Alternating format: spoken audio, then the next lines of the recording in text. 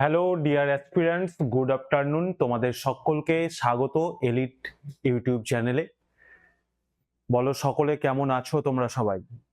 আজকে এখন আমরা এই বিকেল বেলায় ক্লাসটা শুরু করছি পার্সেন্টেজের, এবং পার্সেন্টেজের বিগত দিনগুলোতে ক্লাস 4টে কি 5টে ক্লাস তোমাদের হয়েছে পার্সেন্টেজে। আজকে তোমাদের 5th ক্লাস সম্ভবত, যদি ভুল না করি। তো এই আজকে পার্সেন্টেজের আমরা লাস্ট ক্লাস করব। তো এই লাস্ট ক্লাসে ঢোকার আগে আমরা কিছু ডব্লিউবিপি এবং কেপি পুলিশ এই যে পোস্ট আছে এই পরীক্ষাগুলোতে, সেগুলো নিয়ে একটু আলোচনা করব, কিছু কথা জানাবো তোমাদেরকে আজকে। দেখো, খুব একটা ভালো খবর তোমাদের জন্য। ভালো খবরটা হচ্ছে এই যে একটা বিরাট পরিমাণ ভ্যাকান্সি কিন্তু আসতে চলেছে, বুঝলে? একটা বিরাট পরিমাণ ভ্যাকান্সি আসতে চলেছে ওয়েস্ট বেঙ্গল পুলিশ এবং কেপি পুলিশে, কলকাতা পুলিশে। প্রায় ধরে রাখো সংখ্যাটা 50,000 প্লাস হতে চলেছে। আমরা একটা আইডিয়া নিয়ে শুরু করেছিলাম এই ব্যাচটা, যে মিশন সিংহম, যেটা আমাদের ব্যাচের নাম, যে এই ব্যাচটা এখন থেকেই শুরু করে, একটু নোটিফিকেশন আসার আগে থেকেই আমরা শুরু করেছি। তার কারণ আমরা জানতাম যে একটা ভালো রকমের ভ্যাকান্সি কিন্তু আসবে ভোটের পরে পরে, আর সেই রকমই একটা বড় ভ্যাকান্সি, যতটা এক্সপেক্ট হয়তো আমরা করিও নি, তার থেকেও বেশি ভ্যাকান্সি কিন্তু তোমাদের আসছে। 50,000 প্লাস ধরে রাখো। তাহলে এবার তোমরা বলো, তোমাদের পড়াশোনাটা শুরু, তোমরা তো ব্যাচে এনরোল করে পড়াশোনা আশা রাখছি শুরু করে দিয়েছো অলরেডি। এবার তোমাদের অনেক দাদা দিদি ভাই বোনেরা হয়তো অনেক ইতস্ততর মধ্যে ছিলে যে কি করা যায়, ব্যাচে এখনো তো ভ্যাকান্সি আসেনি, তাহলে কি পড়াশোনা শুরু করে দেবো, এরকম অনেক দ্বিধার মধ্যে ছিলে। তাদের আমি আরেকবার বলবো যে তোমরা পড়াশোনা একদম দ্রুত গতিতে ফুল প্রিপেয়ার্ড হয়ে পড়াশোনা শুরু করে দাও। আর দেরি করো না, দেরি করলে কিন্তু বিপদ হবে, কারণ সময় পাবে না। খুব শীঘ্রই ভ্যাকান্সি আসছে এবং একটা হিউজ পরিমাণে আছে। তো এই সুযোগ কিন্তু বারবার আসে না। এখন জানো, নতুন গভর্নমেন্ট এসেছে আমাদের সরকারে, আমাদের রাজ্যে। তো তারা এখন কাজ করার জন্য বলতে গেলে মুখিয়ে আছে, কারণ প্রথম প্রথম আমাদের প্রত্যেকটা সরকারি চায় কাজ দেখাতে, আর সেই জন্যই হয়তো একটা বিশাল পরিমাণ ভ্যাকান্সি তোমাদের এখানে আসছে। তো তোমরা চেষ্টা করো এই ভ্যাকান্সির এই, যাতে তোমরা একটা সিট প্রত্যেকে করে নিতে পারো, বুঝলে? তোমাদের আগের ক্লাসগুলোতে আমি বলতাম যে তোমরা লাইভে এসো, ক্লাস করো ঠিকঠাক করে। তোমরা অনেকে লাইভে আসতে না, আর গাফিলতি করো না, রেকর্ডেড ব্যাচ যেন জমে না যায়। তোমরা পড়াশোনাটা নিজের মতো করে, লাইভে যারা হয়তো আসতে পারছো না, তারা অন্য সময়ে ক্লাসগুলো রেগুলার বেসিসে করে নাও এবং পড়াশোনাটা শুরু করে দাও। যার যার ডাউট আছে সেই ডাউট গুলো আমাদের টিচারদেরকে জিজ্ঞেস করো। কোনো টেকনিক্যালি কোনো প্রবলেম হলে আমাদের এলিট গ্রুপে যারা আদার্স মেম্বার আছে তাদের সাথে কথা বলে নাও। কিন্তু যেন তেন প্রকারে তোমাকে এবার কিন্তু ডব্লিউবিপির চাকরিটা পেতেই হবে। তার কারণ আমি বললাম যে 50,000-এর বেশি ভ্যাকান্সি কিন্তু আসছে। তাই একদম গাফিলতি নয়, ফিজিক্যালি ফিট রাখো নিজেকে। ফিজিক্যালি ফিট রাখার জন্য যা যা করণীয় সেই সমস্ত কিছু করো, একটা সুন্দর লাইফস্টাইল মেনটেন করো। এবং এই লিখিত পরীক্ষা, যেটা না হলে তুমি মাঠে যেতেই পারবে না, সেই লিখিত পরীক্ষা যে 85 নম্বরে হয়, সেটার জন্য একদম ফুল প্রিপেয়ার্ড হওয়ার চেষ্টা করো। এবং সেই স্মার্ট প্রিপারেশনের জন্য অবশ্যই আমাদের ক্লাসগুলোকে ফলো করো। যারা ক্লাসে এনরোল করেছো খুব ভালো কথা, ক্লাসগুলোকে এনরোল করলে তো হবে না, শুধু ক্লাসগুলোকে রেগুলার বেসিসে করতে হবে। তাহলে তারা ক্লাস করো। আর যারা হয়তো তোমাদের পরিচিত আছে, দাদা দিদি ভাই বোনেরা, তাদেরকেও এই ব্যাচটাতে এনরোল করতে বলো, কারণ ভ্যাকান্সি কিন্তু খুব শীঘ্রই আসছে। তোমাদের যদি কোনো কোশ্চেন থাকে ক্লাসের শুরুতে দু একটা কোশ্চেন করে নিতে পারো।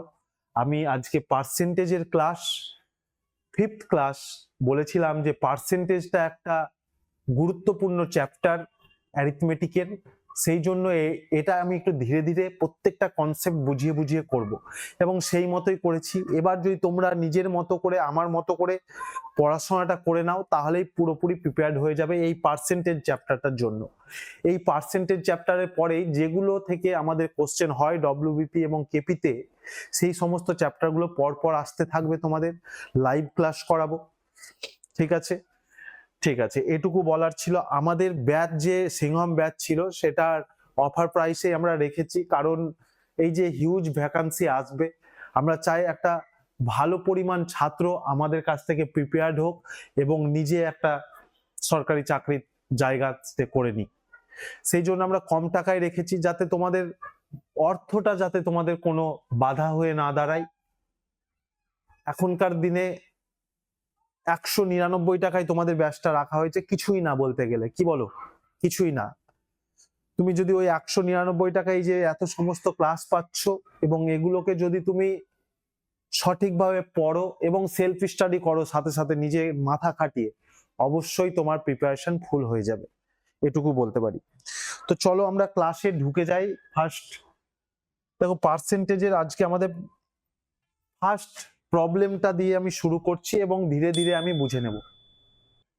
এই টাইপের প্রবলেমগুলো তোমাদের ওয়েস্ট বেঙ্গল পুলিশে এরা গত সালে বা বিগত বছরের কোশ্চেনগুলোতে যদি দেখো তো অনেক এসেছে। দেখো কোশ্চেনটা কি বলছে, চালের দাম 20% বৃদ্ধি পেয়েছে। চালের দাম 20% বৃদ্ধি পেয়েছে, খরচ অপরিবর্তিত রাখতে চালের ব্যবহার শতকরা কত কমাতে হবে? আচ্ছা, একটা স্বাভাবিক জ্ঞান থেকে বলো, ধরো মার্কেটে চালের দাম যা আছে এখন তার থেকে বেড়ে গেল, কিন্তু তুমি চাইছো যে তুমি মাসে চালের জন্য যে খরচটা করতে, আগে যে খরচটা করতে সেটাই এখন খরচ করবে, খরচের তুমি কোনো চেঞ্জ করবে না। তাহলে এটা কখন পসিবল হবে? তাহলে এটা তখনই পসিবল হবে যখন তুমি চালের ব্যবহার কমাবে, তাই তো?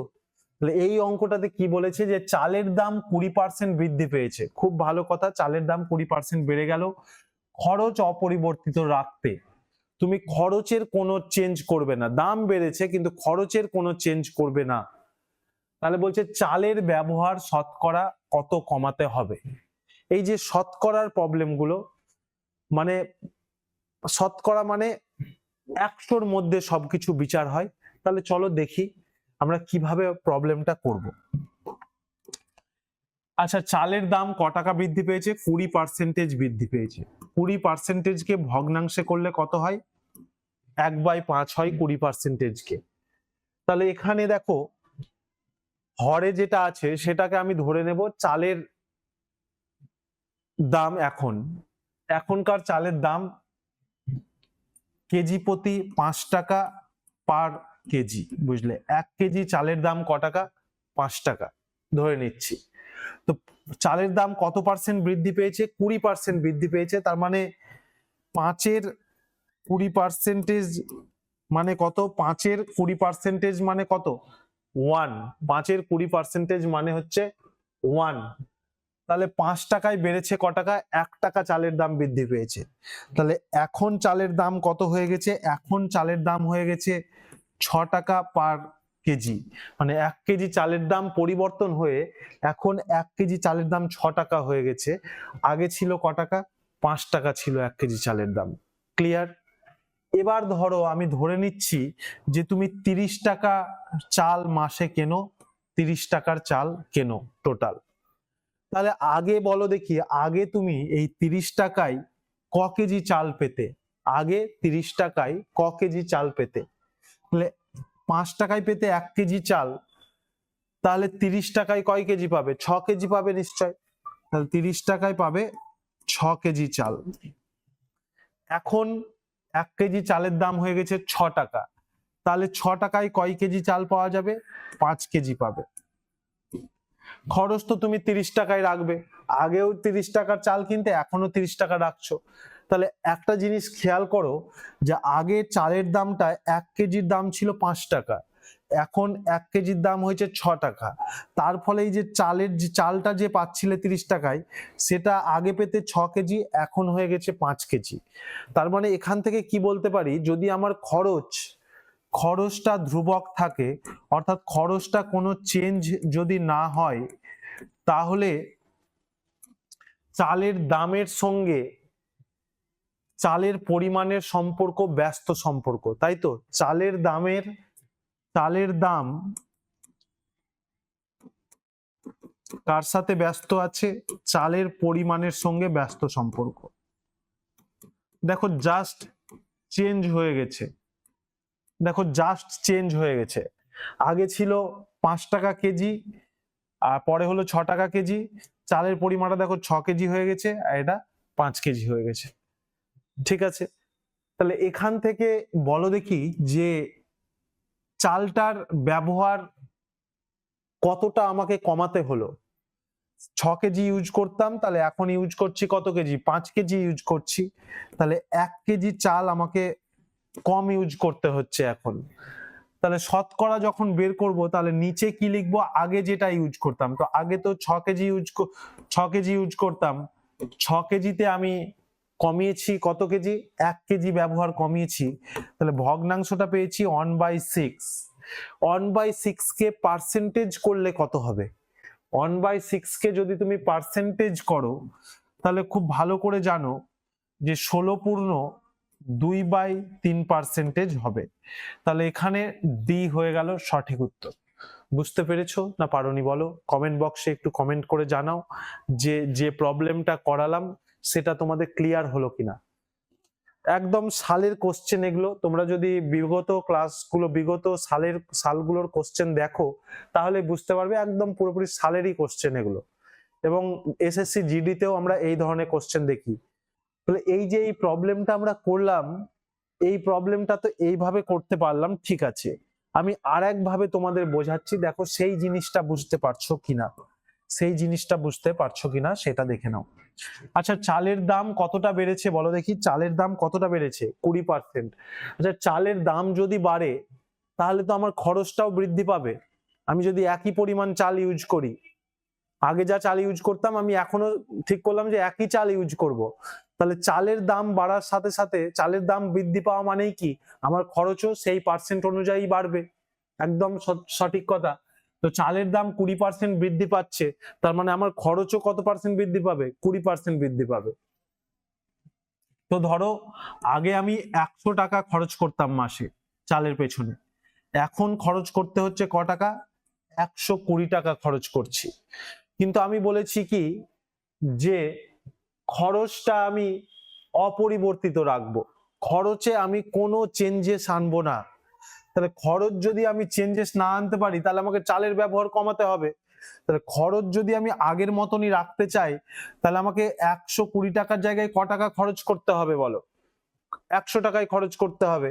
তাহলে আমাকে খরচটা কমাতে হবে কতটা? 20 টাকা কমাতে হবে। কিন্তু এই কোশ্চেনে বলে দিয়েছে দেখো খরচ অপরিবর্তিত রাখতে। তাহলে খরচ অপরিবর্তিত রাখা মানে কি? আমাকে 120 টাকা খরচ করা যাবে না, আমাকে খরচ করতে হবে সে আগেকার মতনই 100 টাকায়। তাহলে 120 টাকায় আমাকে খরচ কমাতে হবে ক টাকা? 20 টাকা। তো এই যে খরচটা কমবে, এই খরচটা কেন কমবে? তার কারণ চালের ব্যবহার আমাকে কমাতে হবে। তাহলে 120 টাকায় আমাকে খরচ কমাতে হবে ক টাকা? 20 টাকা খরচ কমাতে হবে। তাহলে এটা যে শতকরা হবে 1/6, সেটাই হয়ে যাবে চালের ব্যবহার আমাকে ততটা শতকরা কমাতে হবে। তাহলে 1/6 মানে হচ্ছে 16.2/3%। তাহলে এখানে ডি অপশনটা সঠিক উত্তর হয়ে গেল। তাহলে আমাদের এই প্রবলেমটা আগে এক নিয়মে করালাম, এখন আর এক নিয়মে করালাম। ওকে, তো আমরা এখন এই নিয়মেই সব প্রবলেম গুলো করব, তাহলে খুব সহজ হবে। দেখো চালের দাম 20% বাড়ছে, মানে আমার খরচও 20% বাড়ছে। তাহলে 100 থেকে 120 হলো, সিম্পল ব্যাপার। এবার 120 টাকা খরচ করা যাবে না, কারণ খরচ আমার একই রাখতে হবে। তাহলে খরচ একই রাখতে গেলে কি করতে হবে? আমাকে চালের ব্যবহারটা কমাতে হবে। তাহলে আগে যদি ধরো 120 কেজি চাল এখানে, তাহলে 120 টাকায় খরচ অপরিবর্তিত রাখবো 20 টাকা, 20 টাকা কমাতে হবে। সেই জন্য 20/120 করলাম, দিয়ে 1/6 16.2/3% অ্যান্সার এলো। একটা কোশ্চেন আমরা এইভাবে সলভ করলাম। নেক্সট কোশ্চেন তোমরা দেখো। আচ্ছা, এই যে যেটা দেখছো, এটা আমি একবার বললাম তোমাদেরকে এটা ডিটেলসে, এবার আর একবার বলে দিচ্ছি এটার সম্বন্ধে। ওই একই কথাই ধরো তোমাদের, যদি একটা স্মার্ট প্রিপারেশন নাও, তাহলে কিন্তু এই যে চাকরি দেখছো ডব্লিউবিপি, কেপি, এই যে উর্দি পড়া মানুষটা দেখছো, তো এই উর্দিটা কিন্তু তোমার গায়েও চাপতে পারে। তো এই উর্দিটা যদি তুমি গায়ে চাপাতে ইন্টারেস্টেড হও, এই উর্দিটা যদি তোমার পার্মানেন্ট উর্দি হিসেবে রাখতে চাও, তাহলে অবশ্যই প্রিপারেশন করো। বিশাল ভ্যাকান্সি আসছে, একটা বিশাল ভ্যাকান্সি। আমাদের যে নোটিফিকেশন খুব শীঘ্রই আসবে, এক্সাম ডেটও অ্যানাউন্স করে দেওয়া হবে। এটা একদম খুব বিশ্বস্ত সূত্রে এই খবরটা পেয়েছি তোমাদের জন্য, সেই জন্য তোমাদের সাথে ভাবলাম শেয়ার করা উচিত, শেয়ার করে নিলাম।